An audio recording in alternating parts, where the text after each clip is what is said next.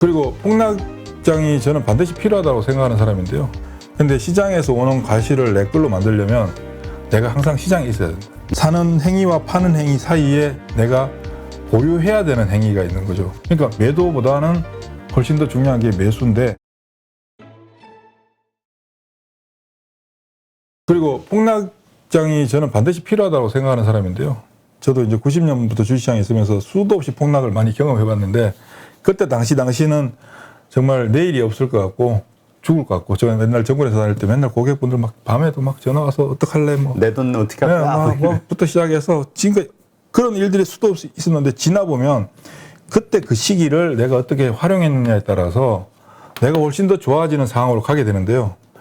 저는 이제 한 번씩 이제 최근 1월 달도 굉장히 힘들었고, 1월 달에 저도 수익을 벌어놨던 수익들 거의 다 반납하는 과정들 그대로 몸으로 이제 겪으면서 어떤 생각이냐면, 자, 내가 이렇게 수익을 반납하고 벌어놨던 수익을 반납하는데도 고통스러운데, 벌지 못했던 수익들, 그냥 생으로 손실이 나는 사람들은 과연 버틸 수 있는 힘이 있을까? 상대적으로 손실폭이 크면 클수록 버틸 수 있는 힘이 떨어지겠죠. 그러면 결국은 어떻게 되냐면 시장에서 탈락을 하게 되겠죠. 그러니까 다들 하는 말이, 내가 왜 이 주식을 시작했을까? 그러니까 내가 왜 들어와서 서치도 하면서 내 돈 깨먹으면서 내 고생하고 있나라고 생각을 마음고생하고 하는데, 시장이 또 좋아지면 내가 왜 이걸 진작 안 했나 뭐 이런 또 생각도 하잖아요.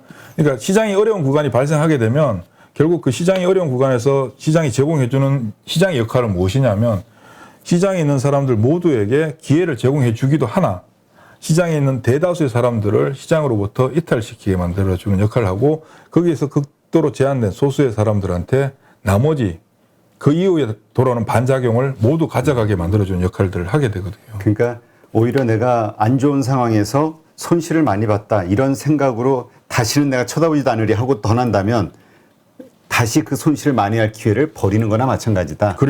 그리고 제가 주식시장에 있으면서 경험한 걸로는, 보통 이제 우리가 일반적으로 주식할 때 시장이 상승이 시작될 때 주식시장에 들어와서 상승이 끝날 때까지 돈 벌고, 이제 약세장이 오면 나는 엑시트해서 밖에서 잘 기다리고 있다가 또 몇 년 기다렸다가 또 좋은 기회가 오면 시장에 들어와서 돈을 벌어야겠다 이런 생각들을 일반적으로들 많이 하시잖아요. 뭐 저도 그런 생각 안 해본 게 아니고.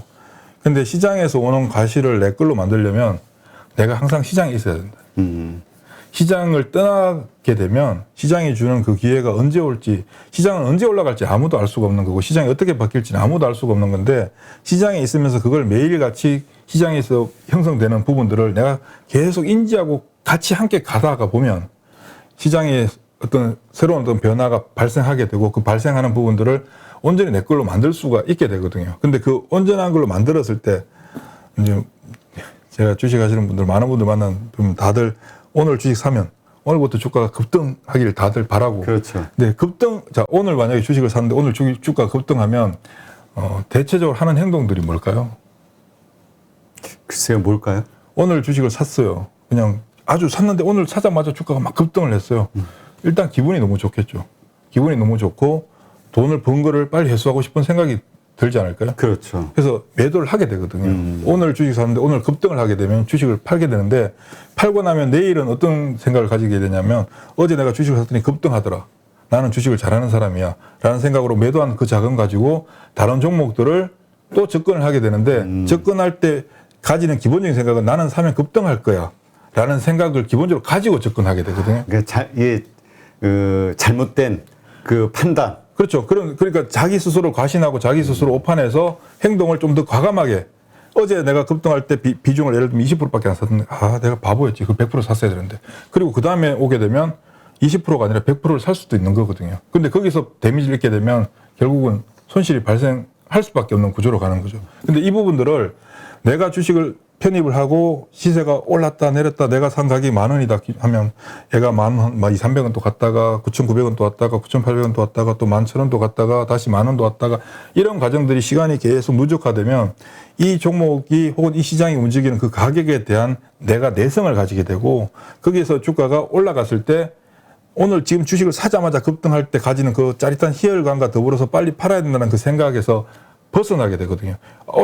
이제 올라가나 보다 라는 생각을 가지고 주식을 가지고 있게 되는 힘을 가지게 되는 거죠. 그래서 주식에서 돈을 버는 건 정말 힘든 일인데 돈을 벌기 위해서 반드시 거쳐가야 되는 게 뭐냐면 시간이라고 하는 부분, 그리고 그 주식과 함께 해 나가는 그 과정, 그리고 아까 말씀드렸지만 그 기업이 현재 산업 내에서 어떤 위치에 있는가, 어떤 포지션을 가지고 있고 어떤 역할을 하고 있는가, 이런 부분들에 대한 이해를 가지고 주식을 잘하는 것은 사고 팔고를 잘하는 게 중요한 게 아니고 얼마나 잘 가지고 있느냐, 이게 가장 중요한 건데, 대부분 우리가 주식을 돈을 손해보는 이유는 잘 못 가지고 있었으니까 손해를 보는 거잖아요. 아, 근데 그 말씀하시니까 이전에 방송할 때도 대표님은 주식 투자라기보다는 매매자다 이런 말씀을 하셨잖아요. 그래서 이제 우리가 보통 매매하신다라고 하면은 우리가 단기 매매한다 뭐 이렇게 생각을 하는데 대표님은 또 말씀하시는 거 보면 단기 매매는 또 아니신 것 같아요. 이거 어떻게 좀 정리를? 저는 매매를 하는 사람이고요. 매매를 하지만 매매를 한다고 해서 매매의 궁극적인 목적이 사는 행위와 파는 행위가 매매이지만 사는 행위와 파는 행위 사이에 내가 보유해야 되는 행위가 있는 거죠. 근데 이 보유 기간이 길면 길수록 수익이 높아질 수 있는 것이고, 물론 잘못했을 때 보유 기간이 길면 길수록 손실이 더 커지는 경우도 있겠지만, 내가 수익을 만들어가는 과정 속에서 소위 말해서 다듬어 가는 거죠. 이렇게 우리가 정원을, 일본에서 뭐 조그마한 정원을 꾸미면 전지가위로 나무를 이렇게 다듬어 가듯이 내가 투자를 해 나가는 과정 속에서 매매라고 하는 부분을 주식을 잘 사고 다듬어 가는 과정에서 비중을 조금씩 더 늘려가고 혹은 비중을 조금씩 줄여간다든가 해서 모양을 만들어 가는 거죠. 이 과정이 극단적으로 한 방에 사고 한 방에 파는 게 아니라 그렇게 해감으로써 수익이 만들어져 가는 과정을, 그러니까 정원이 나무가 이쁘게 커가는 과정을 지켜보는 것처럼 그렇게 가져가는 건데, 저는 그러니까 궁극적으로 투자와 매매의 차이는 사실상 크진 않으나 내가 어떤 관점에서 접근을 하고 있는가. 언제든지 시점이 오면 팔 수 있다. 그렇죠. 그리고 세상과 기업은 내가 알 수가 없잖아요. 예를 들면 제가 투자자라고 생각하지 않는 가장 큰 이유가 뭐냐면, 투자라고 하는 부분은 내가 하는 행위에 대한 이해가 분명히 있어야 되는데, 제가 주식을 아무리 오래 해봐도 잘 모르겠는 게 기업을 잘 모르겠어요. 아무리 내가 그 회사를 재무제표를 읽어내고 사업 보고서를 보고 현장에도 탐방도 가봐도 이 회사가 도대체 어떻게 돌아가는지를 명확하게 이해를 잘 못하겠더라고요. 이해를 할 수 있는 회사는 예를 들면 은행이나 증권회사, 보험회사, 그다음에 뭐 마트, 이런 소비재 B2C 관련된 회사들은 무슨 일을 하는지를 우리가 명확하게 알잖아요. 그렇지만 수많은 기업들 중에 B2B 하는 기업들 같은 경우는 뭐 삼성전자를 어떻게 알겠습니까? 아무리 내가 노력해도 그 회사에 대해서 명확하게 이해하기가 힘들더라. 나의 이해력으로는 기업을 알아내기가 힘들더라. 그래서 투자하기가 힘들다는 거죠. 예를 들면 건자의 오스템 임플란트 같은 경우 갑자기 터졌죠. 그러니까 누구나 예상하지 못했던 일이잖아요. 저 개인적으로는 한 10년 전에 오스템 임플란트에 그 좀 시끄러운 어떤 문제들이 좀 있었어요. 그 이후부터 왠지 오스템 임플란트는 제가 거래를 하면 안 되는 회사구나라는 생각을 가지면서 그냥 지켜만 봤는데, 이번에 이런 일이 터졌는데 이거를 누가 알겠냐고요. 그렇죠. 아무도 알 수 없는 일이잖아요. 그러니까 이거는 결국은 소위 말해서 이걸 뭐 운이라고 표현할 수도 없는 건데, 만약 거래 정지당하는 작년 납해일 날 오스템 임플란트를 사신 분들 입장을 생각해보면 그분이 제일 억울한 거죠. 예전부터 갖고 계셨던 분들이라면 얼마든지 엑시트 할 수 있는 시간들 있었겠다고 할 수 있지만, 마지막 날 샀는데 첫날 거래 정지당해서, 물론 최근에 한간에는 오스템 임플란트가 1월 동안 거래 정지를 당하는 동안 시가총액 순위가 더 올라갔다라고 하락을 안 했어요. 네, 뭐 그런 것도 있지만, 이런 부분은 사실 투자의 관점으로 접근했다가 제가 잘 모르는 부분이니까 어려운 부분이겠죠. 그래서 그 기간, 보유 기간을 뭐 책에서도 그런 얘기 하시잖아요. 이 강세장에서는 단기 매매에서는 돈을 벌 수가 없다, 큰 돈을. 자, 그렇다면 언제 사서 언제 팔아야 될 것이냐. 이 사실 매도를 참 못 하시는 것 같아요. 근데 저는 매도보다 매수가 중요하다고 생각하는 사람이거든요. 싸게 사야 된다? 그러니까 보통 이제 매도가 주식의 뭐 예술의 영지다, 뭐 매도를 잘해야 주식을 잘한다라고 하는데, 이제 우리가 매도를 왜 잘해야 되는지를 한번 생각을 해봐야 되는데요. 매도를 잘해야 되는 이유는 매도를 잘하지 못하면 손실이 발생하니까. 그 얘기는 무슨 얘기냐면, 내 매수의 영역이 안전하지 못했다라는 부분이 있을 수 있는 거거든요. 그러니까 뭐 단순히 단기적인 매매 관점이면, 오늘 아침에 잘 들어가서 주가 올랐는데 못 팔았더니 쭉 밀렸다. 이래서 매도를 잘해야 된다고 하잖아요. 이게 아주 얕은 구간에서 매매는 매도의 영역이 굉장히 중요해지겠지만, 이건 사실 뭐 그렇다고 짧은 시간 내에 큰 돈을 벌 수가 없죠. 내가 가진 돈을 100%다 투하해서 오늘 매매할 수 없는 거니까. 얕은 돈이 들어가서 짧은 구간에서 발생하는 가격의 변화는 매도가 중요하겠지만 내 전체 계좌를 운영하는 큰 내가 가진 돈을 제대로 투하했을 때는 매수를 잘 해서 내가 계속해서 수익이 내 계좌에 발생한 형태로 끌고 갔을 때 이때는 매도는 아무 데나 해도 되거든요. 오늘 해도 되고 내일 해도 되고. 그러니까 매도보다는 훨씬 더 중요한 게 매수인데 다들 이제 매도가 중요하다고 얘기를 하니까 사람들이 그러니까 뭐 매도를 하기 위해서 차트도 봐야 되고 봉의 형태도 봐야 되고 음봉인지 양봉인지도 찾게 되고 오실레이터들도 보게 되고 뭐 기관 수급이 들어오는지 뭐 외국인이 들어오는지 이런 것도 체크를 하게 되는 거겠죠.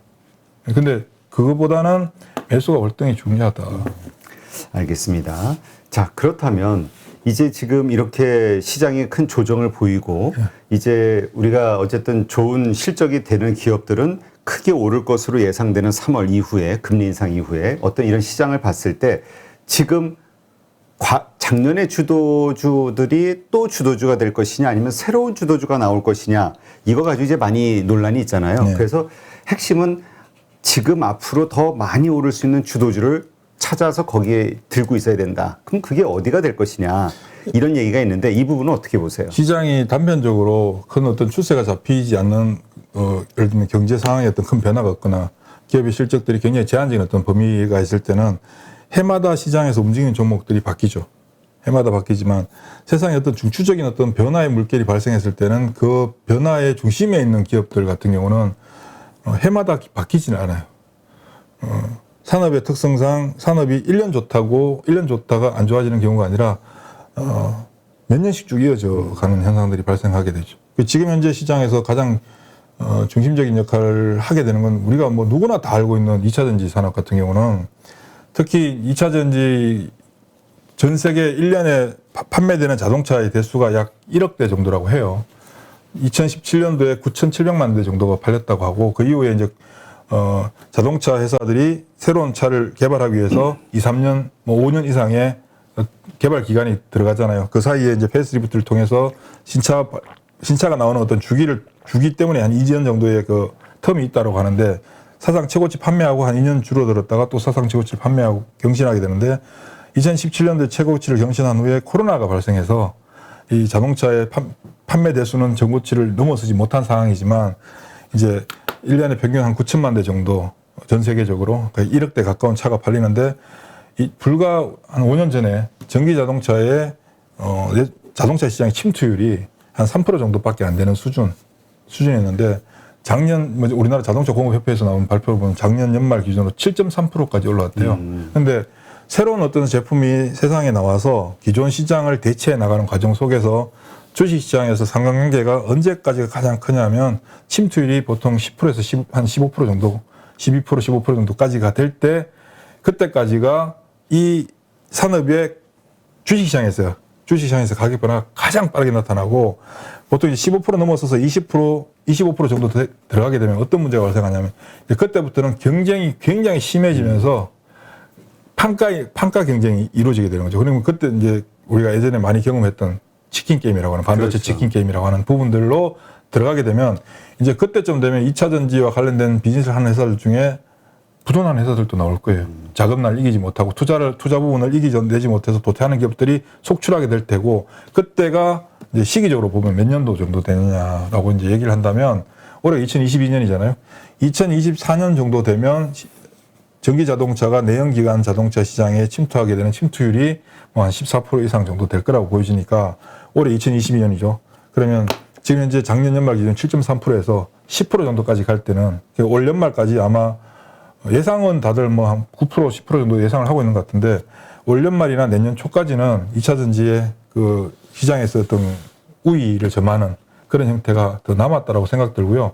최근에 이제 그 4분기 그 결산 실적들 발표하는 걸 보면 실적들이 이익의 규모가 중요한 게 아니고요.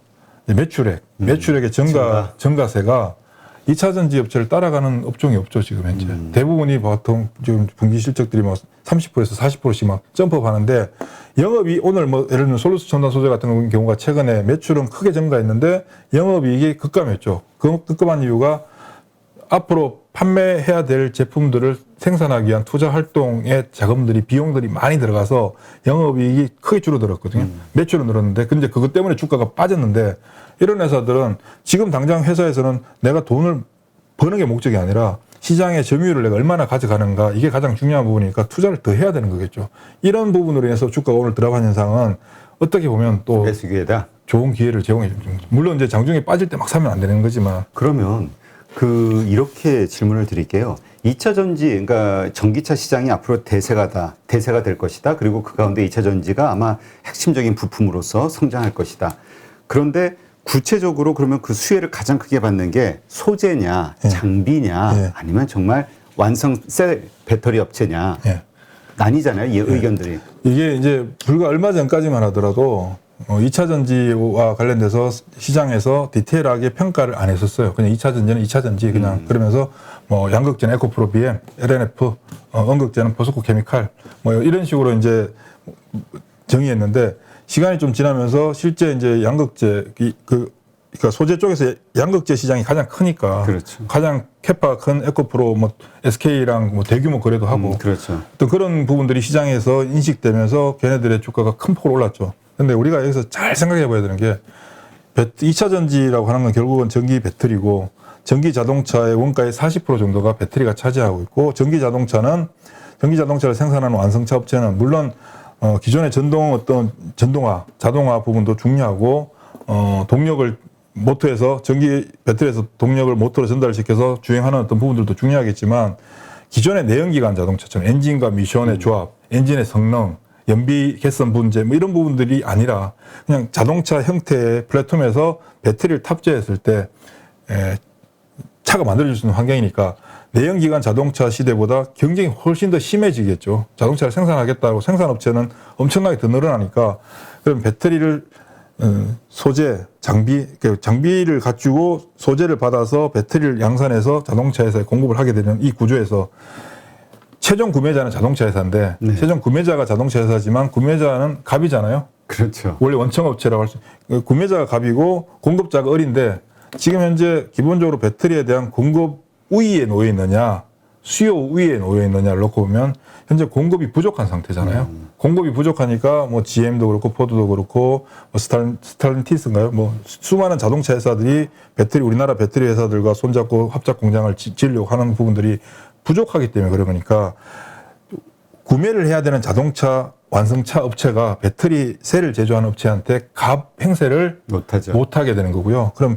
배터리 셀 업체는 자동차 회사와의 관계에 있어서 갑과 을이지만 을과 갑의 지위를 바뀌게 되고 문제는 이제 배터리 셀 회사들이 소재를 자기들이 직접 만들어서 배터리를 만드는 게 아니라 소재를 공급받는데 소재를 공급할 수 있는 회사들도 제한적이다 보니까 소재를 공급하는 회사가 을이고 배터리가 갑인데 지금은 소재를 공급해주는 회사가 갑이고 배터리는 을이 된 거죠. 근데 이제 문제는 뭐냐면 배터리를 생산하는 업체들이 뭐 삼성 SDI도 그렇고 뭐 SK도 그렇고 LG도 그렇고 소재를 이제 직접 뛰어들기 시작한 거죠. 네. 소재 시장에 직접 뛰어들기 시작한 거죠.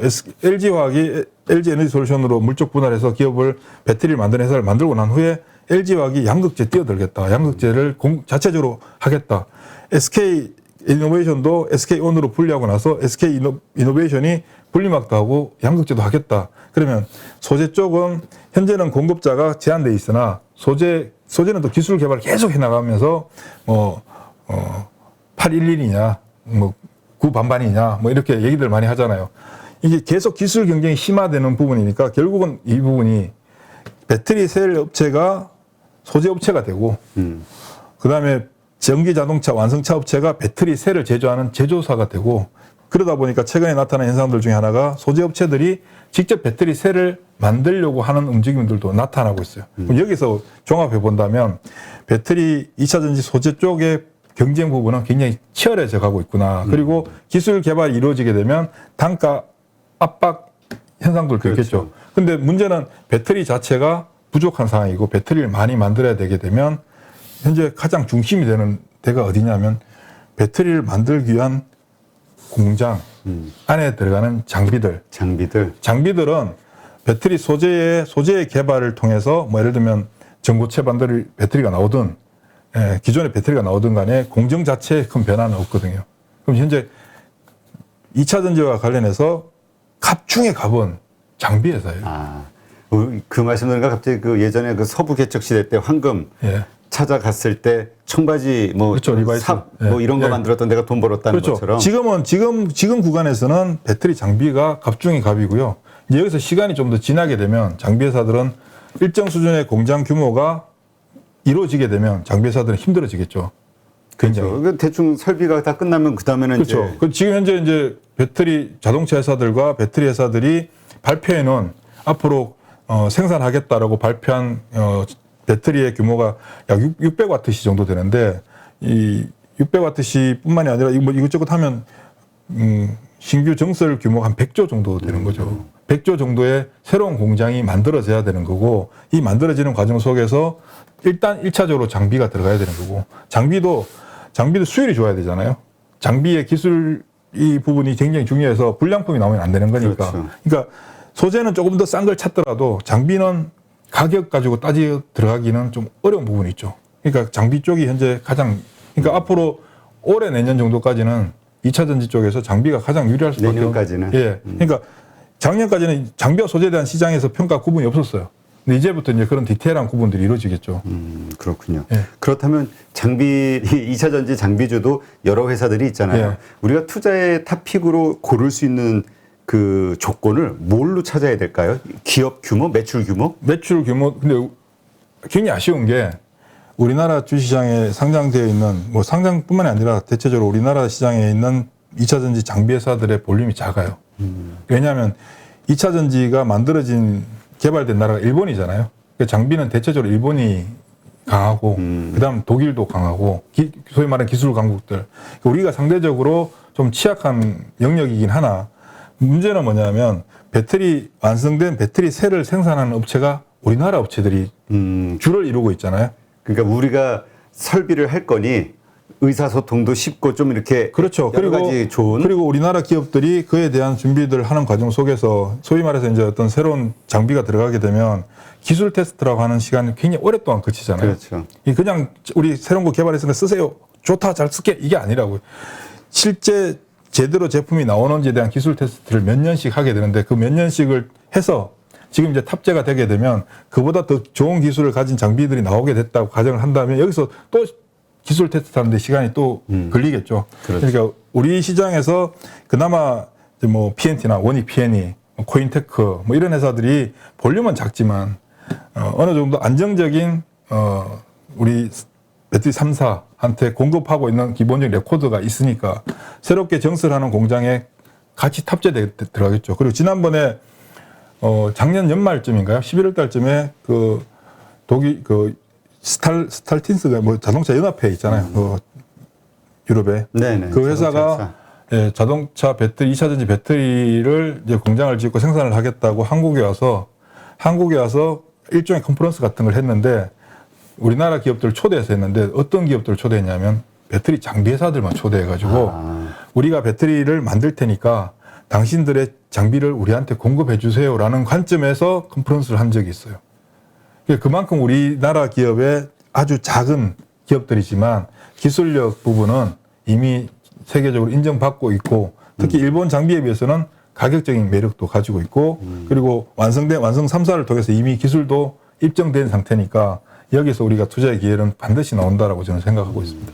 근데 그 말씀 들으면서 에코프로비엠이 본격적으로 상승했던 게 이제 SK이노베이션하고의 그 장기 계약, 그로 인한 어떤 증설 이슈 이런 것 때문에 이제 부각이 됐잖아요. 마찬가지로 지금은 규모가 작지만 증설을 하거나 아니면 할 계획이 있는 그런 기업들도 있나요? 지금 많죠. 전부 2차 전지 장비 업체들은 다 지금 증설 이슈가 지금 있나요? 공장을 막 계속 확장하고 있고 공장을 확장하는 게 앞으로 잘 될 거야가 아니라 이 발주받은 물건들을 수주받은 물건들을 발주하려면 납기가 있잖아요. 맞춰야 되는데 기존의 생산 기반 가지고는 도저히 만들 수가 없으니까 지금 공장을 굉장히 빨리 공장의 규모가 뭐 4-5배씩까지 늘어나는 회사들도 지금 현재 있는 걸로 알고 있습니다. 그렇다면 이렇게 말씀을 들어보니까 이제 차기 주도주는 이쪽 2차 전지 장비 쪽에서 나오지 않겠냐. 가능성도 있죠. 근데 대신 이제 가장 큰 단점이 뭐냐면 시장에서 차지하는 볼륨이 너무 작다는 거죠. 얘네들이. 그러니까 얘네들이 독자적으로 몇몇 개 기업들이 막 올라간다고 해서 시장에 어떤 영향을 줄 수 있는 건 아니고. 이 섹터가 딱 만들어져가지고 함께 막 움직여야 그렇죠. 되는데. 근데 이렇게 되면 또 여기 얘네들과 소재와 또 배터리 업체들 간에 서로 이제 상호작용하면서 끌어주고 밀어주고 하는 어떤 그런 현상들이 발생할 텐데, 그나마 좀 다행스러운 것은 최근에 이제 2차 전지 소재 종목들이 작년에 뭐 에코프로 BM을 제가 2019년도에 5만 원에 거래했던 종목인데 이게 54만 원까지 올라갔죠. 그 10배 이상 올랐네. 예, 그만큼 올라갔는데 그때는 이제 뭐 다들 100만 원 가겠다라고 했는데 최근에 뭐 이런저런 이슈로 인해서 주가가 반토막이 났죠.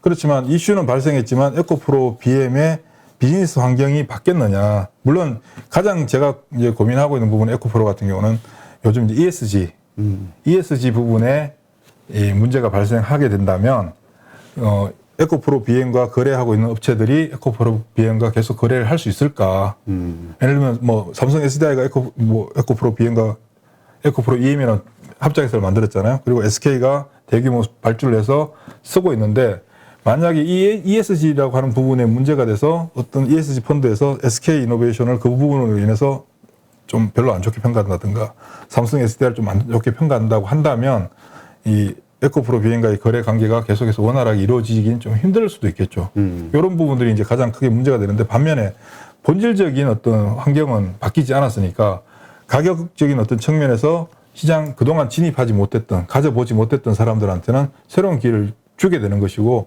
오히려 에코프로 쪽이 힘들어지니까 상대적으로 동일한 형태의 비즈니스를 하고 있는 LNF나 코스모 신소재나 최근에 또 나노 신소재도 뭐 양극재 한다고 발표하고, 그리고 이제 포스코 케미칼도 음극재에서 양극재도 한다고 하니까 이런 회사들한테는 또 다른 어떤 기회가 제공되겠죠. 그리고 가격도 이미 충분히 또 낮아졌으니까 싸 보이기도 하고 이제는. 그러니까 이게 참 시장 그 책에서도 왜 그 시장의 시그널을 읽어라 이런 내용이 있더라고요.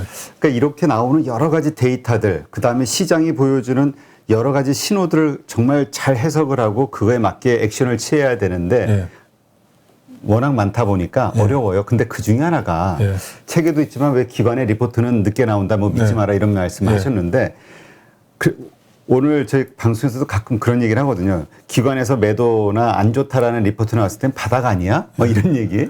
근데 이제 우리가 뭐 저도 정관회사 출신이고 저도 이제 보고서를 항상 보는 사람인데 보고서 중에서 이제 제가 참고하는 보고서와 참고하지 않는 보고서들이 있는데요. 예를 들면 어닝 시즌이 돼서 실적과 관련된 리포트들이 나오잖아요. 이번 분기에 실적이 얼마 되고 전 분기 대비 전년 대비 뭐 얼마 정도 이런 보고서는 저는 거의 보진 않고요. 이제 조금 전에 말씀드렸지만 산업 전반적인 어떤 환경, 산업의 구조적인 메커니즘에 대한 설명들, 그다음에 해당 기업의 비즈니스 현황들. 그러니까 이 회사가 주가가 쌉니다, 목표 주가 얼마입니다 이런 보고서가 아닌 원론적인 내용, 산업에 대한 그렇죠. 전망, 기업에 대한 좀 더 디테일한 보고서들, 그다음에 이 회사가 속해 있는 산업의 경쟁 회사들 간에도 같이 이제 어울려서 풀어주는 보고서들 있잖아요. 이런 보고서들은 정말 필독을 해야 되는 보고서들이고, 단순히 적정 주가 얼마 지금 현재 사야 됩니다. 지금 제일 좀 아이러니한 게 나빠졌습니다. 목표 주가 내린다. 수정합니다 하는데 목표 주가 내렸는데 지금보다 비싸잖아요. 그런데 그게 매도 의견으로 시장에서는 인식을 해야 되는 거잖아요. 이걸 좀 더 명확하게 할 수도 있는데 못하는 이유가 이제 여러 가지 제도적인 문제들이 있는 거죠. 그렇죠. 이해관계들이 있기 때문에. 그래서 우리 일반 개인 투자자분들께서 정권회사에서 나오는 보고서들을 대체적으로 보면 그냥 회사명 목표 주가 얼마, 현재 가격과 얼마 차이가 있는가, 이래서 차이가 많이 나면 아침 주가 막 붙죠. 이거는 제가 볼 때 좀 아닌 것 같고, 그러니까 산업에 대한 이해를 할 수 있는 어떤 그런 내용을 가진 보고서들이 굉장히 많거든요. 그런 것만 좀 많이 읽어도 좋고, 그보다는 사실 더 좋은 거는 해당 기업의 사업 보고서를 보는 게 가장 좋죠. 알겠습니다. 그러니까 일단 주도주로 앞으로 좀 주도주로 될 만한 것으로는 한번 예상을 해보시는 게 이제 그 2차 전지 장비주, 그다음에 2차 전지 소재주도 지금 워낙 여러 이슈로 많이 폭락해 있는 상황이니 가격 이슈라든가 이런저런 이유로 또 가능성이 있지 않겠냐. 네, 그리고 이제 실적 시즌이 다음 이제 이 4분기 실적이 지나고 이제 올 1분기, 2분기 실적들도 계속해서 나올 거 아니에요.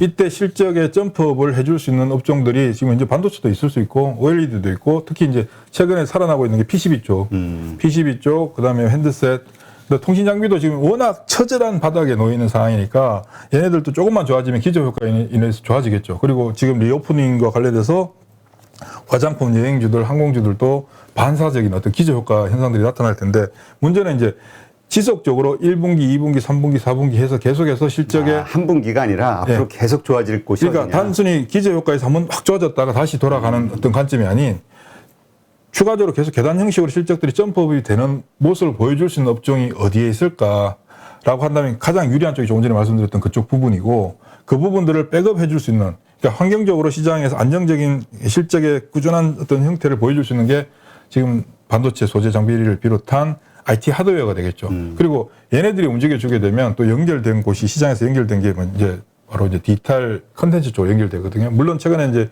게임주들이 뭐 NFT와 관련돼서 뭐 암호화폐와 관련돼서 이상한 주가 움직임도 변동성을 보여주고 있지만 그 부분을 제외한다면 IT 서비스, 인터넷, 뭐 네이버 카카오도 마찬가지고요. 카카오도 지금 가격은 굉장히 좋아졌잖아요. 그렇죠. 근데 지금 잘 못 사요.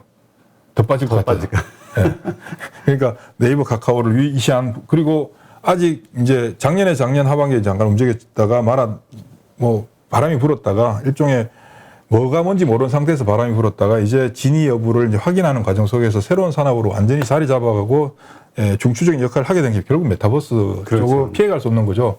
메타버스와 관련해서 메타버스 이 플랫폼을 구축하고 솔루션을 돌아가게끔 하는 게 1차적으로 가장 중요한 부분이고 두 번째가 이제 그 안에 들어간 컨텐츠와 관련된 IP들 이걸 가지고 있는 기업들이 어디에 있는가 이제 이 부분이 주식시장에서 가장 중요한 역할들을 하게 될 것이고 주가의 움직임을 순차적으로 놓고 본다면 실정적으로 실적이 명확하게 보여지는 애들이 움직이고 걔네들이 주가가 한 단계 레벨업되고 시장에 있는 시장 참여자들이 그에 대한 관심을 가지고 시장이 불안하다는 생각에서 벗어나서 뭔가 기대를 좀 가져볼 만하겠다는 생각을 가지게 되고 아까 말씀드렸던 전반적으로 실적이 괜찮은 반도체 쪽 IT 하드웨어들이 안정적으로 움직여주게 되면 시장 참여자들은 그때부터 두려움이 아닌 기대감과 흥분감을 가지고 앞으로 무엇이 가장 좋아질 것인가를 찾게 되는데 그 대상이 메타버스가 될 가능성이 가장 높은 거죠.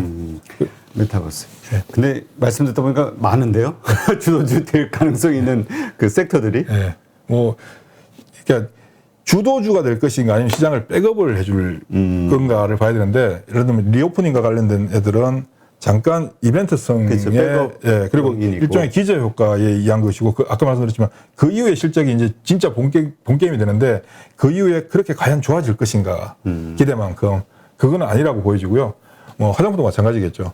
그 다음에 반도체 소재 장비 쪽 이쪽은 원체 탄탄하게 가는 회사들인데 실적의 점프업이 2차 전지와 관련된 것처럼 막 확 일어나지 분기당 막 30%씩 40%씩 이런 현상은 안 나타나거든요. 그러면 그런 움직임에 의해서 주가 또한 그런 강한 움직임이 보이는 게 아니라 안정적으로 움직이겠죠. 그러니까 얘네들이 이제 시장에서 이쪽 저쪽에서 안정적으로 움직여주는 가운데서 점프업 한 애들이 먼저 움직여주고 그 다음 기대감을 가지고 있는 애들이 같이 붙어주겠죠. 결국은 성장주. 예. 그리고 사실 이 매출이라든가 예상 이익이 전혀 예상되지 않는 곳이 크게 오를 수 있다 이런 얘기들 많이 하던데 그런 관점에서 봐야겠죠. 그거는 이제 시장이 어느 정도 성숙 단계, 그러니까 시장에서 뭔가를 사야겠다는 생각을 가지고 난 후에 이제 그게 반영이 되겠죠. 지금은 아직 그게 반영될 때는 아니고요. 그러니까 단계별로 이러한 것들이 시장을 서서히 워밍업을 시켜 나가면서 나중에는 그러한 기대감이 있는 성장주들이 결국은 그렇죠. 걔네들이 가장 강하고 굵게 나올 거예요.